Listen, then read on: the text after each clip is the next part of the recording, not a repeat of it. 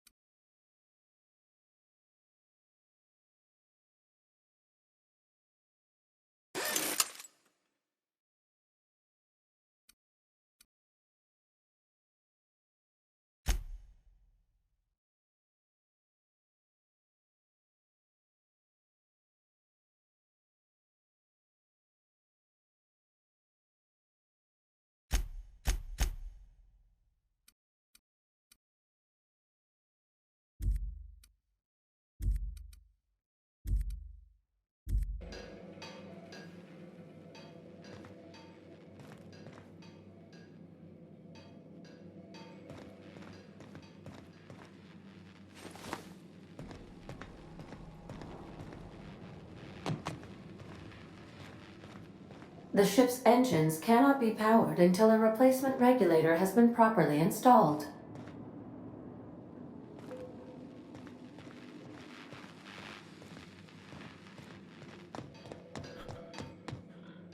Want to be a brand new you? Try out our respecification machine.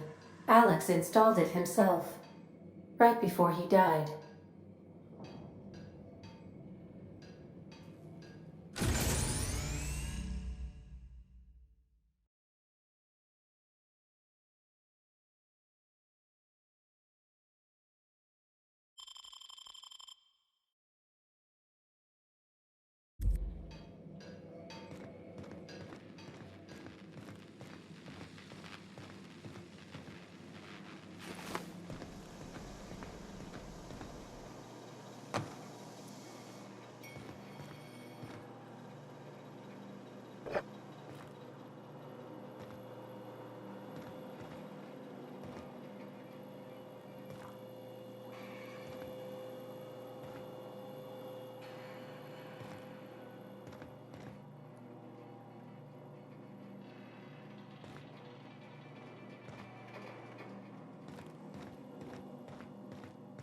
These are the crew's quarters. Alex preferred to travel alone, but he always had me.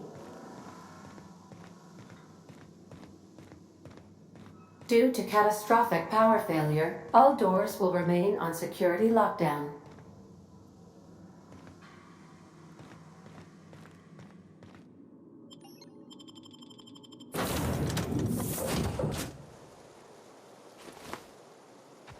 Say, this wouldn't happen to be your ship, would it? Because you sure walked in it like it was your ship. And if this ship is yours, well, mister, you owe Spacer's Choice a hefty fine. Afraid we gotta dock your pay.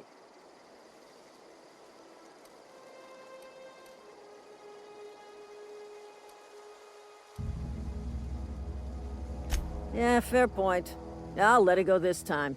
If you're looking to help us out with our Marauder problem, talk to Constable Reyes over in Edgewater.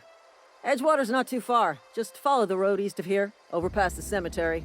Now, if you'll excuse me, I need to inspect the crime scene before I make my report.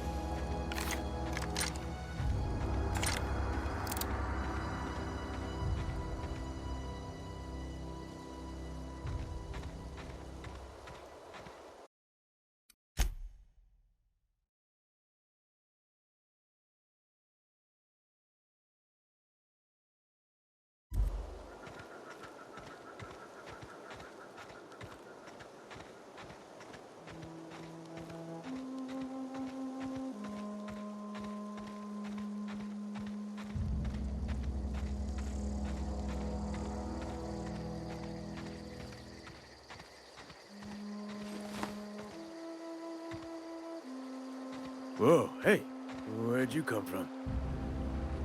Don't go ambling out in those hills. That's Marauder territory, friend.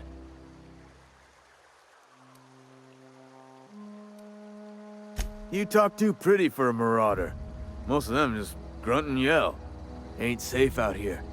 You'd best head into town. Avail yourself of Edgewater's high walls and low prices. Pleased to make your acquaintanceship. I'd shake your hand, but I've been hauling corpses. You don't want none of that on you. Name's Silas. Junior in humor for the town of Edgewater. We're all part of the Spacer's Choice family. Definitely not the junior in humor, that's for sure. If you've got business inquiries, you should stop by Reed Thompson's office. He's up in the tower above the cannery. Head into town, follow the road. Look, you obviously ain't a worker. What's your racket? You a smuggler? Freelancer?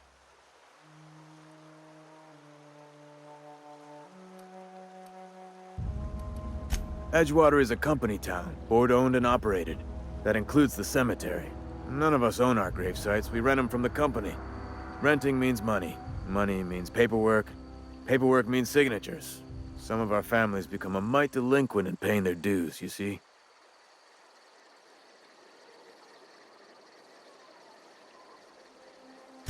Four workers still haven't paid up. Phyllis, Conrad, Ludwig, and Martin Abernathy. He's a special case. You may want to twist his arm a little. He just is. Look, I don't want to get into it. Just make sure he pays up. Conrad's got a barbershop in town. Phyllis works at the cannery most hours. Abernathy... I ain't seen him in a few days. His domicile is near the cannery. You'll find him in town. All except Ludwig, that is. He's over by the landing pad. Yeah?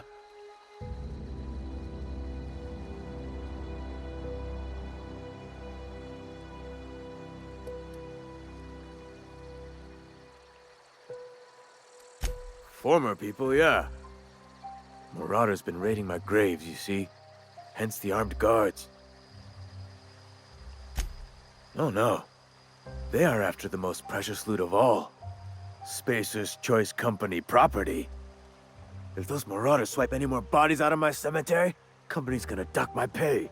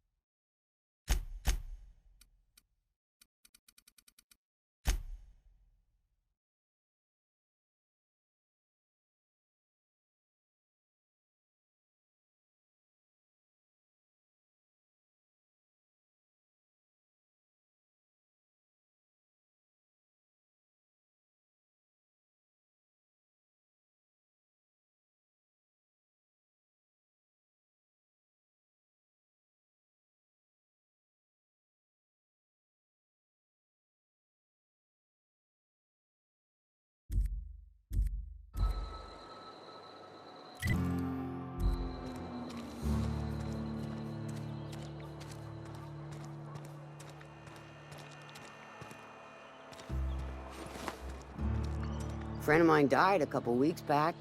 Still ain't past it. Don't let the boss catch you saying that.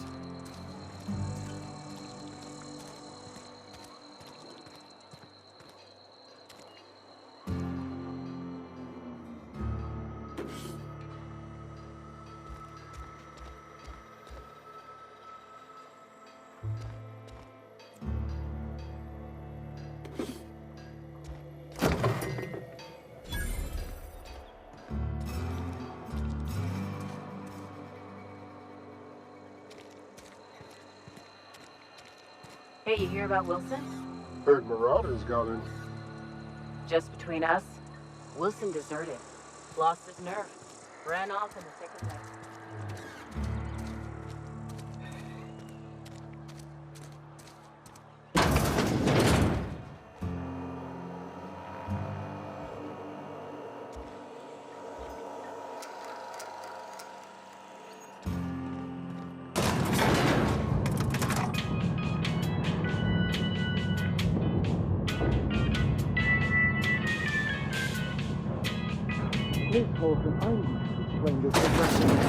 The grease monkey, Argo? I'm sorry, Mr. Thompson, sir. You asked why it's taking so long to fix. The answer's technical. Don't apologize. Just try using small words for me. The can's bust open in the oven because she's set to cook saltuna, which isn't what we've got. Mr. Thompson? I think there's someone here to see you. Focus, Miss Holcomb. You and I are still talking. Let's start over. Walk me through the process. Show me where it's going awry. Well, sure. It's, mostly on account of what we're feeding into the mechanism. It puts food in cans. We have food, we have cans. Why won't it work like we need? She's expecting saltuna of a certain size. We're filling the cans with, well, not fish.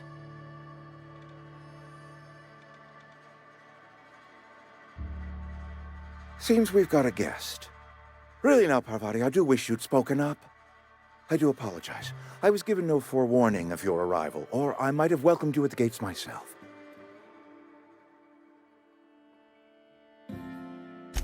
I'm Reed Thompson, Outpost Administrator. I cannot help but notice you are not in uniform.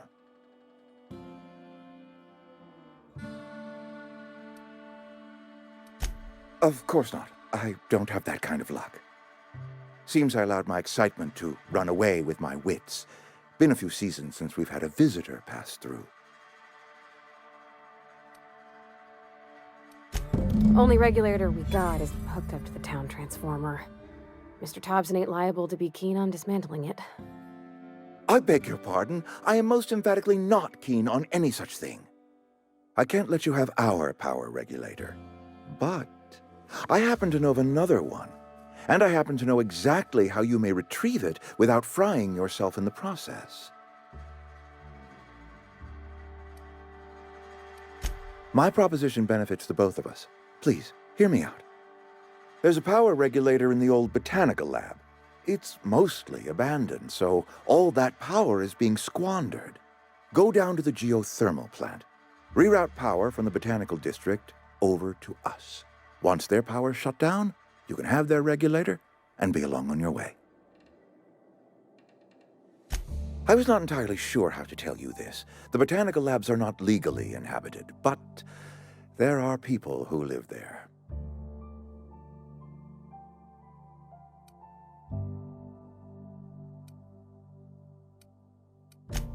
No, I do not imagine they will be pleased. But like a parent disciplining an unruly child, you will be doing them a kindness. The people living in the botanical labs, they're deserters, former workers. I need them back at their posts. I need them to come home.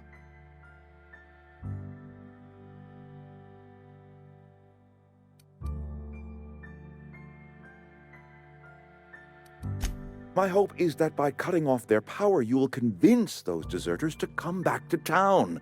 Before you go to the plant, I want you to stop by the botanical lab. Speak to their leader, Adelaide. Tell her the power's about to go, and that it's time her band of deserters came back to town. Adelaide's older than the other deserters. She's dignified, kindly. From what I understand, her camp looks to her for leadership.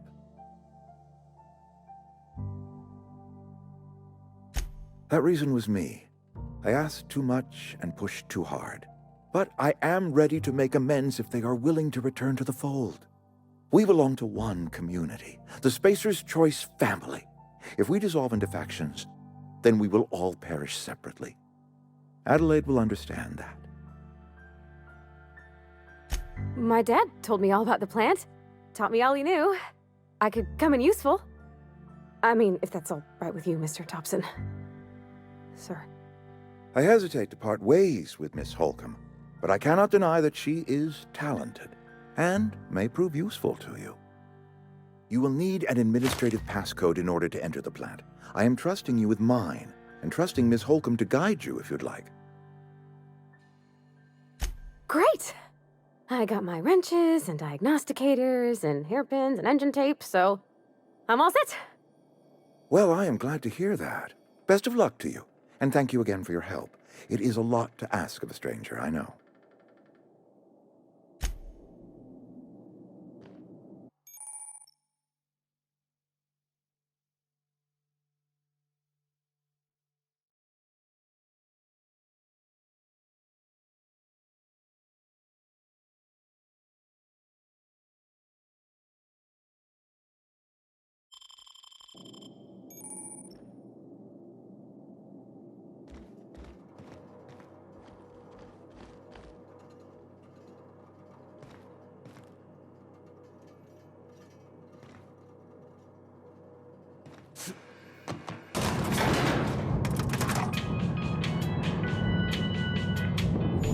We better clear out of Mr. Thompson's office before we talk.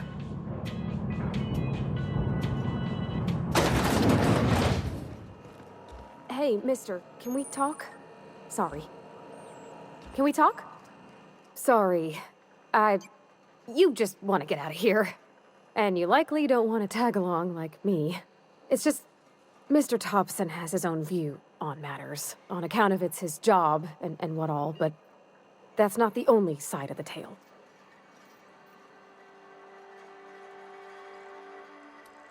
Oh, he ain't a liar. He believes every word he says. It's just, he doesn't always get where other folk are talking from. To Mr. Thompson, a person's a gear. It does its job quiet-like. If it squeaks or stutters, it gets replaced. The deserters are decent folk. I knew some of them before they left.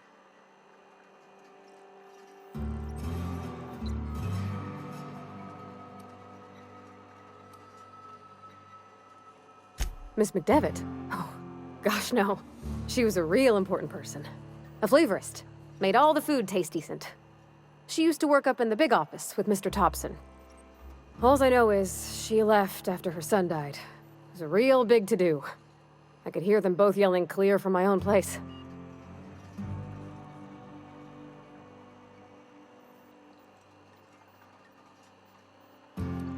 Can't say as I know. I wasn't there. The sound carried, but not the words. If Mr. Thompson ain't of a mind to tell you his own self, you'd best ask Miss McDevitt, if you can get out to her. Life's hard here, especially for them that don't fit in so well. We're one big Spacer's Choice family, but every family's got the one the rest whisper about. Mr. Thompson's aiming to take away their power. They'll have no lights to see, nor heat to cook. They'll be at the mercy of marauders, or worse. I think you should talk to the town's vicar about it. Max, his name is. Thanks, mister. I just think when you gotta make a decision that'll hurt somebody, it's best to think on the right and wrong of it. That's what my dad used to say anyways.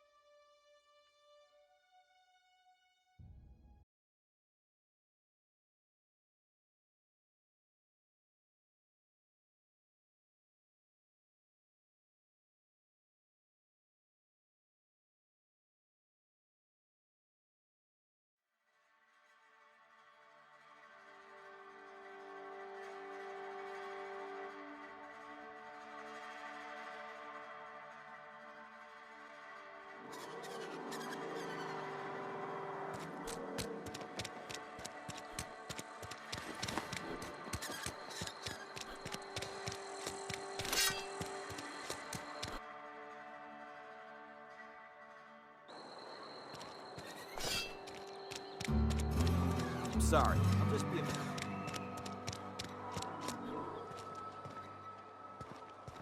I've always felt weird in here. It's too clean. Yes, what is it? You're an outsider. Fantastic. Vicar Maximilian de Soto at your service. Or Vicar Max, if you're the sort who prefers brevity. And Ms. Holcomb as well. How rare to see you out. And with a complete stranger. Curious. Just tagging along, Vicar DeSoto. Don't mind me. I so rarely get new people to talk to. Name your poison, anything at all. Spiritual counseling? This season's tossball predictions? The quickest way out of town? But what?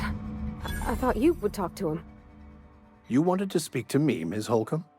Every time I've tried to engage you in conversation, you look at the floor, answer in single words, and slink away. I can't imagine what would be so grave as to drive her to my mission. What has Mr. Thompson asked you to do?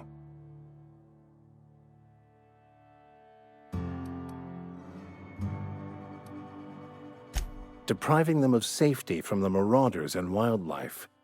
I can see why that troubles you. Miss Holcomb has a soft heart. Always has, if you believe the talk. They rejected the order of society and live beyond the walls so thoughtfully provided by our Spacer's Choice patrons. Does that strike you as a responsible life choice? Astute. But I am here, not in the deserter camp, so that's not a variable I can account for. Assuming your goal is to save as many as possible, then you should bring everyone together. Send the power to Edgewater and convince the deserters to return to the fold. Not if things are left to stand as they are. If you don't mind a bit of unsolicited advice, be cautious on your way to the geothermal plant. It is not as safe as you might assume.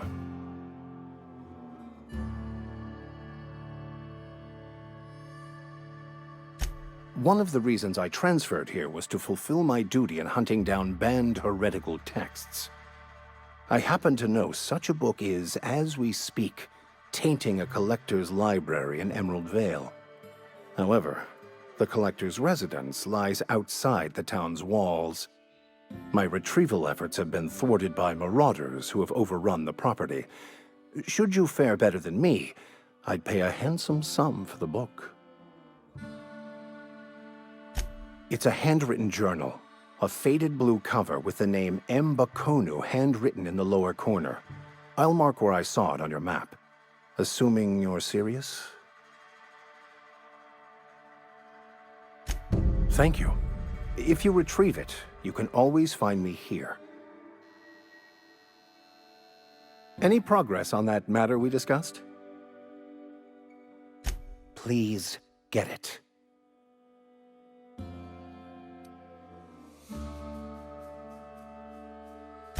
What would you like to discuss?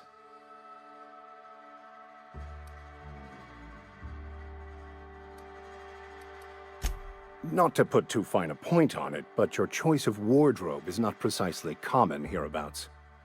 Also, you lack the distinctive worker gaze. Usually either a deadening behind the eyes, or in some rare cases, a wild-eyed frenzy, like a trapped animal.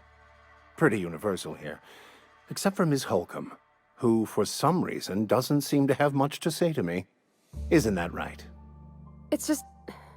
there's more to it all than numbers. Sorry.